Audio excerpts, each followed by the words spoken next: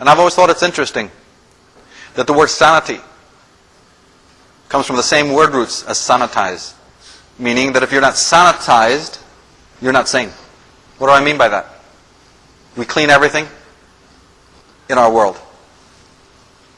We wouldn't dream of eating off the same dirty plates twice. We make our beds, we take showers, we clean the driveway, right?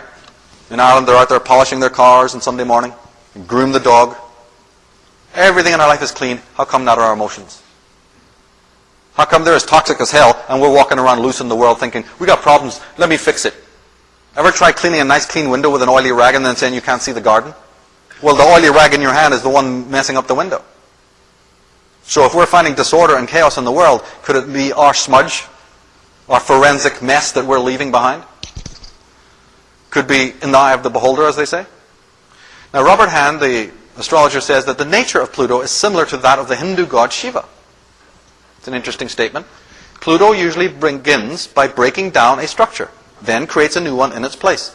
The entire cycle of death, destruction, and renovation is accompanied by tremendous powers. For Pluto is not a mild or even very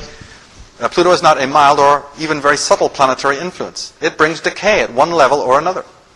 Pluto also rules death and regeneration of the self. As old aspects of your life pass away, Pluto does not represent death in the literal sense. Instead, it refers to a metaphorical death, something that ceases to be. And those who know about this stuff know that when you're feeling the effects of Pluto, it's going to be in your relationships that you're going to feel it first. Forget about Capitol Hill and White House and all of that. You're going to feel it much closer to home. But he mentions Shiva the destroyer, the third god of the Hindu Trinity. Now, we don't have too much insight into the sane mind, but we can certainly recognize the unsane mind. At least that much we can do. But in short, the schizophrenic mind creates a schizogenic society. You don't need to be Freud to know that. The pathological mind creates a pathogenic society. The toxic mind sees and creates a toxic world. And we can recognize it on the big scale. But can you recognize it closer to home? Actually, no, we can't.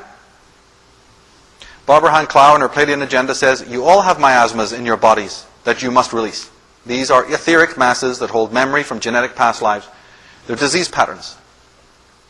And we feel uncomfortable with them. It's time to get rid of them. But we really don't want to do that. We escape from it. That's right, avoidance and tranquilization. We don't want to do all that psychology and self-investigation. Where's the authority figures who will just lead us where we need to go? They'll teach us all how to do it. But don't you see that by your avoidance to deal with your dark psychic content, that you are in fact funding and permitting the most hideous leviathans to poison and intoxicate the human race? Because they will step on to the white square of the chessboard if you don't occupy it. Then don't blame them for their existence if you have allowed them to rise. Now Pluto is, of course, anyone here Scorpio? Sun sign Scorpio? Right. Then you know, obviously, that Pluto is your ruling planet. Pluto is your god of the sign of Scorpio. And therefore, where is Scorpio in the seasonal cycle? Right? It's late. It's at the winter cycle. So Pluto rules when the sun goes into the winter seasonal cycle. And it's the same thing psychologically. Pluto rules what is known as the underworld cycle in alchemy or psychology. And of course, we all go through the underworld cycle, whether we know about astrology or not. It's often been called in the New Age movement the dark night of the soul. Carl Jung said that the foundation of mental illness, all mental illness, is unwillingness to experience legitimate suffering.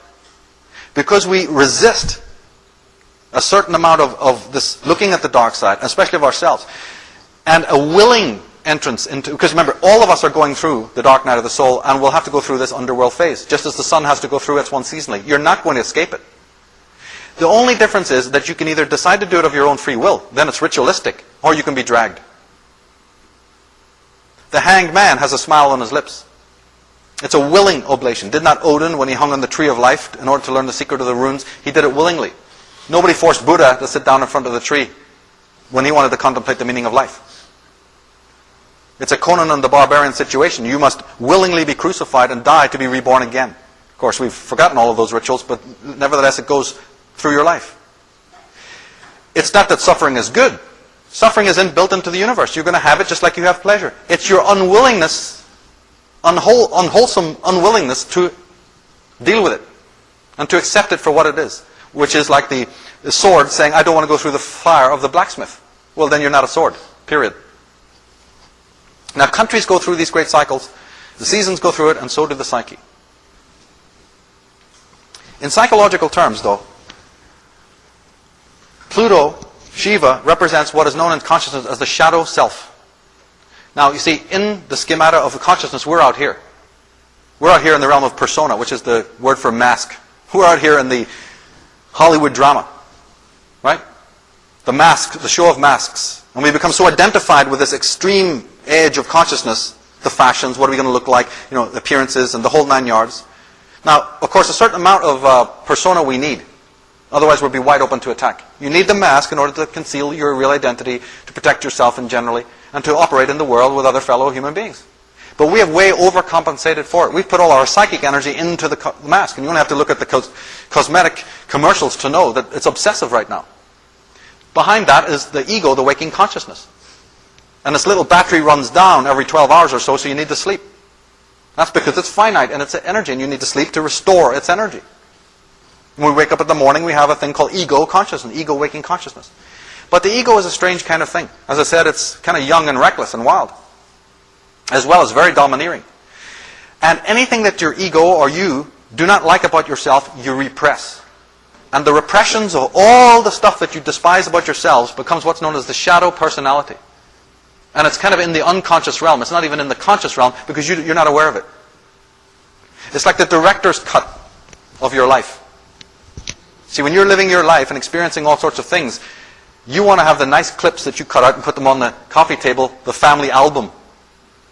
But what about the backstory that's really been filmed, that footage that you hide away, that one day when you leave this planet is going to be played for you in the dark room?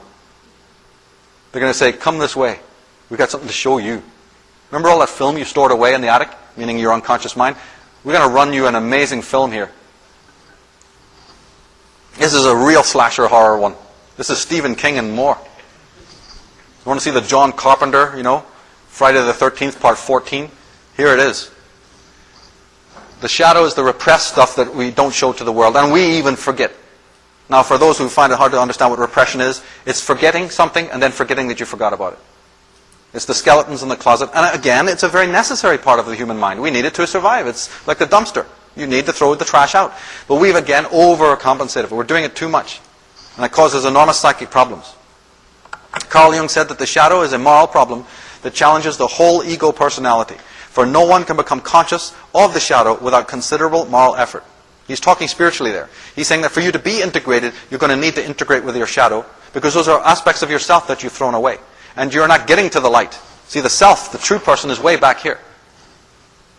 For hell, you can forget about the self. We're into ego world. And the ego is doing itself a disservice by constantly denying aspects of its own self. Now, you know something? There was books left out of the Bible, and it's important to start finding out why.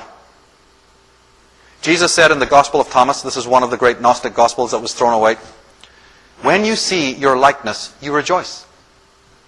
But when you see your images which come into existence before you, which neither die nor are made manifest, how much will you bear? Now, it's very flowery language, it's different language, but can you see now what is being said here? When you see your likeness, you rejoice. Meaning when you're in the persona, and you're in the world of, I play the fashion game and everybody then gives me acknowledgement and I give acknowledgement, you rejoice.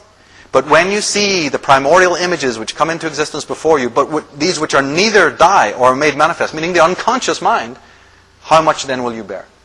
It's an old story. And the teacher, remember, the threat.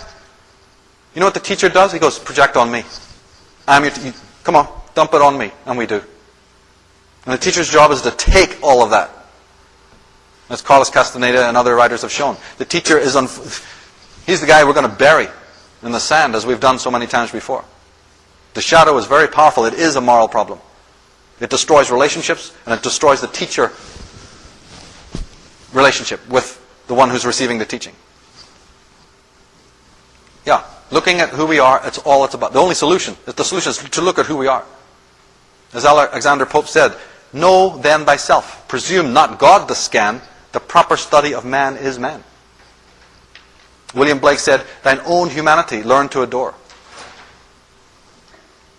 But Carl Jung put it this way. He said, look, people will do anything, no matter how absurd, to stop from facing their souls. Ever been outside recently? Ever turned on the TV recently? He's exactly right. People will do anything, no matter how absurd. And all that carnival that you see out there and all the distraction and nonsense that this world is wall-to-wall full of, that's what he's talking about. I must live in the Bahamas. I must live in a one-season world. I don't want to be looking at any of that stuff. Well, then okay. But then you've just condemned the world to horrors. You're just making a person in your life, your partner or your children, the victims, the slaves to your inability to face yourself. You're now having a person fill your void and your emptiness because you're not a whole person. And now you've enslaved that wife or that husband or that child or that animal or your workmates to your own form of tyranny. Yeah, you can't call the police on it and you'll never get the court over it to prove that it's there, but it's there. And basically, repression doesn't work. There's a thing known as the return of the repressed. You can only dump so much of it before the stench starts to, come back. And as Carl Jung said in a well-known statement, he said, when an inner situation is not made conscious, it appears outside of you as fate. Ha, ha, ha. Because there's a strange contract between the unconscious energy of our minds and the world, the energy that built the world. They conspire together. They're built out of the same stuff. So behind the back of the ego, the unconscious mind, the shadow, conspires with life, with material existence, to bring in front of you the very people, the very person, the very challenges, right? To help you integrate when you won't do it of your own free will. And we call that living. All the stuff that happens around us that we often describe as difficult challenges, that's what that is. We will refuse to do the homework, so then we're going to meet it in space and time. As the Greek said, your character is your fate. Now the next statement from Carl Jung is the one that is basically the theme of the entire presentation. Very important statement, and it is the crux of all of the work that I do, and all of the work that I will continue to do in this field. This is it, because I am not a person who will leave consciousness at the door. I am fully aware of all of the other obscenities that are taking place, in the name of God, in the name of religion, in the name of freedom and sovereignty. But you see, in my book, I will not leave consciousness at the door. And this is the reason. Carl Jung says that the gigantic catastrophes that threaten us today are not elemental happenings of a physical or biological order, but are psychic events. To a quite terrifying degree, we are threatened by wars and revolutions, which are nothing other than psychic epidemics. At any moment, several millions of human beings may be smitten with a new madness. And then we shall have another world war, or devastating revolution. Instead of being at the mercy of wild beasts, earthquakes, landslides, and inundations, modern man is battered by the elemental forces of his own psyche. It's just that the other stuff, the symptoms of this, you can take a Polaroid of it. You can catch it on film. And you can call physical police to handle it. But there is a far greater form of violence going on that we are still to educate ourselves in. And it just so happens that the most toxic and unworked people just happen to be in power. So we've just diagnosed them. They just happen to be the ones most infected by the epidemic. And they're walking loose and hoping that you'll catch it too. But they're not what we first think that they are. They're not just mad politicians, whatever. These are people who have an epidemic. And they happen to always rule the societies because we let them. We permit it to happen. The masses of men and women in the Western world compulsively avoid true, authentic, and psychoanalytical investigations of their natures, even with help. Particularly in regards to the so-called darker aspects of the personality, the shadow self, and so on. However, not dealing with the psyche at all proves systemically hazardous. So a compromise is required. So the ego is not stupid. It knows to continually be dumping without any integration will create total pathology. So it thinks, I'm going to get poisoned by all this stench coming from the back alley. Now, we want the house to look good in the front for the neighbors, but this stench is, creeping in. People going, is there something rotting around here? So it has to find a way of coming, doing some dumping, so to speak. So a compensation had to be found. And hence the proliferation of the New Age philosophy and movement, together with its many permutations. riddled with ego-customized shams and gimmicks, the application of its methods serve, for the most part, to merely bolster the failing ego and its drives. You create inauthentic versions of cleansing, but might do a little topical spring cleaning without going too deep. It's called religion, or a New Age movement.